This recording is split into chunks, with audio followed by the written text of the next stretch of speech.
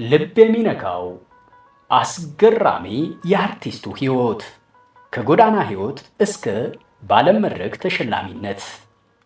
በዚህ ክፍል በጎዳና ሕይወት እየኖረ ሕዝቡን በእንባ ያራጨ ቲያትር ስላዘጋጀው ከያኒ፣ ዝናው በዓለም መድረክ ስላሸለመው የጥበብ ሰው ያልተነገሩ ክስተቶች እናሰማችኋለን።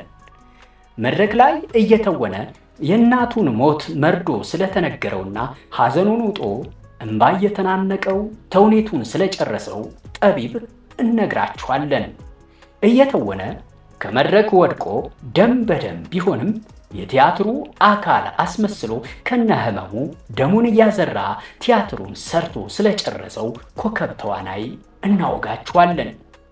ፊልሞቹ ከኢትዮጵያ የፊልም አዋርድ እስከ ፓን አፍሪካና አሜሪካ ተወዳዳሪና ተሸላሚ ስለሆኑለት አንጋፋ የጥበብ ሰው የጥበብ ጉዞ እናጫውታችኋለን። የተከበራችሁና የተወደዳችሁ የፌማ አርትስ ተከታታዮች እስከ ዝግጅታችን መጨረሻ ከኛ ጋር ከቆያችሁ ህልምና ፊልም የሚመስለውን የኢትዮጵያዊ ጠቢብ ያልተነገሩ ታሪኮች ትሰማላችሁ። ቻናሉን ሰብስክራይብ እና ሼር ማድረጋችሁን አትዘንጉ። ሁሉም ኢትዮጵያዊ በአንድ ድምፅ የሚያደንቀውና የሚያከብረው ይህ አንጋፋ የኪነ ጥበብ ሰው ማን ነው? በሁሉም ሃይማኖት ያሉ ሁሉም ኢትዮጵያውያን ይጸልዩለታል። በዚያ ትውልድና በዚህ ትውልድ መሃል ያለ የትውልድ አገናኝ ድልድይ ነው። በተወነባቸው ፊልሞቹም ሁሉ ከተመልካች ልብ አይጠፋም። በሁሉም ፊልሞቹ ፈታኝና መሪ ገጸ ባህሪያትን በመጫወት ይታወቃል። ስብሐት ገብረ እግዚአብሔር፣ ባሴ ሀብቴ፣ ሳህለ ሥላሴ ብርሃነ ማርያም ከመሳሰሉ አንጋፋ ደራሲያንና የንባብ ደብተራዎች ከፍተኛ የንባብ ባህል ቀስሟል። ከነ ሰይፉ ፋንታሁን፣ ሽመልስ አበራ ጆሮ፣ ጌትነት እንየው፣ ሰራዊት ፍቅሬ እስከ ወጣቶቹ አንጋፋና ዝነኛ ከያንያን ጋር አብሮ ሰርቷል፣ እየሰራም ይገኛል። ከዚህ ትውልድ ወጣት የፊልም ዳይሬክተሮች ጋር በፍቅር ይሰራል። የተሳተፈባቸው ፊልሞቹ ተወዳጅና ተሸላሚ ናቸው። በምናባችሁ ማን መጣላችሁ? ፒያሳ ጊዮርጊስ አካባቢ ክረምት በጎርፍ በጋ በፀሐይ የተሰቃየ በላስቲክ ቤት ድንጋይ ተንተርሶ ካርቶን ለብሶ የሕይወትን አስቸጋሪ ውጣ ውረድ ለዓመታት ተጋፍጧል።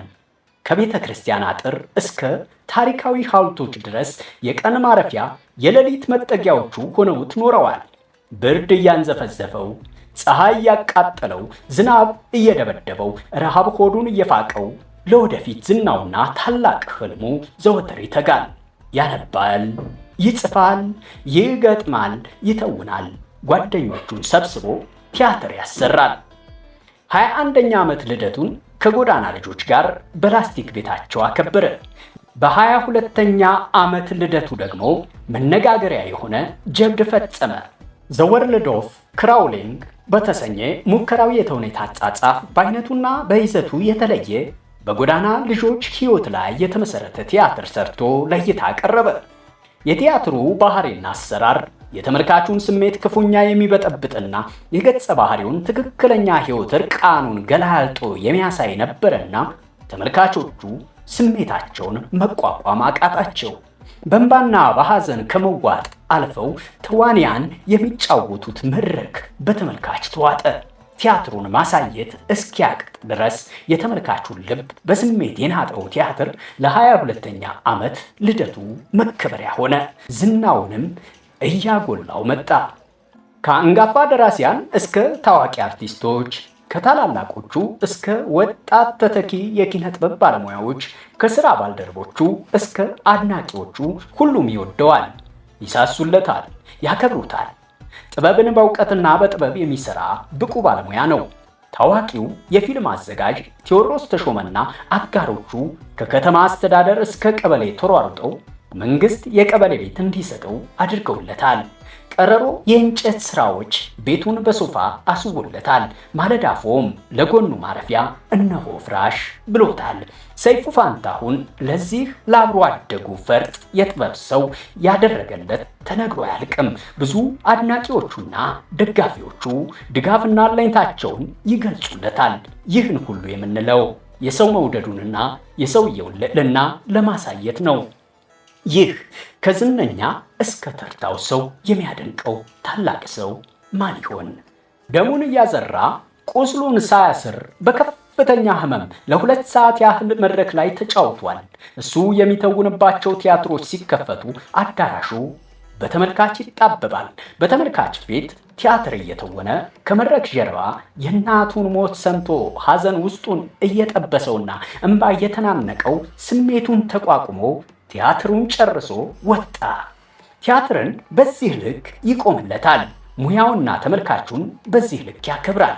እቴጌ ጣይቱ ቲያትርን ሲሰራ እሱ የሚጫወተው ገጸ ባህሪ ከመድረክ ወርዶ ወደ ተመልካች መሃል ገብቶ እንደገና ወደ መድረክ ይመለሳል። ከመድረክ ወርዶ ወደ ተመልካች ሊገባ ሲል ቀድሞ መብራት ጠፋበት። ከመድረክ ወደቀ። ጉልበቶቹ ተመቱና ደማ። ወድቆ ተነስቶ ደሙን እያዘራ ህመሙን ዋጥ አድርጎ ቲያትሩን ሰርቶ ጨረሰው። ሰውየው የተለየ ብቃትና ሰብና የተላበሰ የብዙ ሙያዎች ባለቤት ነው። በተወዳጇ የኪነ ጥበብ ጋዜጣ አዲስ አድማስ ላይ ይጽፍ ነበር። ደራሲና ተርጓሚ ነው። ከልብ ሰው ነው። ሩህሩህና አዛኝ ልብ ያለው ምስኪን ሰው።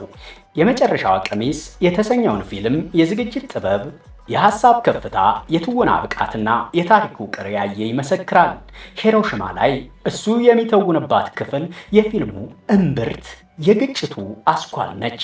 ፍሬ የተሰኘው ፊልም በፓን አፍሪካን ፊልም አዋርድ እና በአሜሪካ ተሸላሚ ሆኖለታል። ይህን ፊልም ያየ የአባትና ልጅን ፍቅር፣ የሚወደውን ያጣ ልብን ጥላቻና በቀል፣ የወንድ ልጅን ምሬት ምን እንደሚመስል ያየዋል። ከስሙ ቀጥሎ የማር ውሃ በሚል ተውላጠ ስም ይታወቃል፣ ይጠራል። የእናቱ ስም ነው። በቲያትር ቤት መድረክ ላይ እየተወነ ሞቷን የሰማው እናቱ። ለእናቱ ፍቅርና ክብር ማድረግ የሚችለው ትልቅ ነገር በስሟ መጠራት ነበርና ፈለቀ የማር ውሃ አበበ ተብሎ ይጠራበታል። ፈሌ ግርማ ሞገሱ ለትወና፣ ድምፁ ለትረካ፣ ልቡ ለእርዳታ፣ ጸባዩ ለሰው ፍቅር፣ አእምሮ ለጥበብ የተቸረ ድንቅ ኢትዮጵያዊ ጠቢብ ነው። ፈሌ ሁሌም በዝቅተኛ ኑሮ ለሚፈተኑ ኢትዮጵያውያን፣ ለጎዳና ልጆችና ለሀገሩ ኢትዮጵያ አብዝቶ ይጨነቃል። የጎዳና ልጆችን ችግርና ስቃይ አብሯቸው ኑሯቸውን ኑሮ ያየው ፈለቀ የከተማው ዘላን በሚል የትርጉም ሥራ መጽሐፉ የችግሩን ክብደት ቁልጭ አድርጎ አሳይቷል። ገጸ ባህሪው የጎዳና ልጅ ነው። የሚላስ የሚቀመስ የሚያገኘው እንደ ሰዓት የሚፋጀውን የሰው ፊት ተለማምጦ መጠለያ ጣሪያ፣ ማረፊያ ወንበር፣ መተኛ ፍራሽ የለውም። መጠጊያ ለሌለው ሰው ሌሊትና ክረምት የከፋ ምድራዊ ሲኦል ይሆንበታል። የላስቲክ ቤት በክረምት ያለምን ብርድና ጎርፍ ሰብስቦ ይጠራበታል። የክረምት ዝናብና ብርድ ካርቶን አይቋቋመውም። የሚቋቋመው ድሪቶም አይገኝም። ጎንን ደገፍ የሚያደርግ ሙቀት የሚሰጥ ምግብ የለም። ይህን ሁሉ ችግር ለማለፍ የከተማው ዘላን ገጸ ባህሪ አንዳች ወንጀል ሰርቶ ወደ እስር ቤት ለመግባት ጥረት ያደርጋል። ወደ ማረሚያ ቤት ከገባ መጠለያ ያገኛል። ከጎርፍና ብርድ፣ ከረሃብና ከብቸኝነት፣ ከልመናና ልምምጥ እረፍት ያገኛል። ለዚህ ነው ገጸ ባህሪው ፖሊስ ይዞ ወደ እስር ቤት እንዲወረውረው ሊያሳስረው የሚችል ነገር ሁሉ ሲሞካክር የሚታየው። ፈለቀ የማር ውሃ አበበ አሁን ስላለበት ሁኔታና ስለገጠመው አነጋጋሪ ጉዳይ በቀጣይ ክፍል ይዘንላችሁ እንቀርባለን። ቸር እንቆይ። ሰላም ለኢትዮጵያ፣ ፍቅርና ህብረት ለህዝባችን።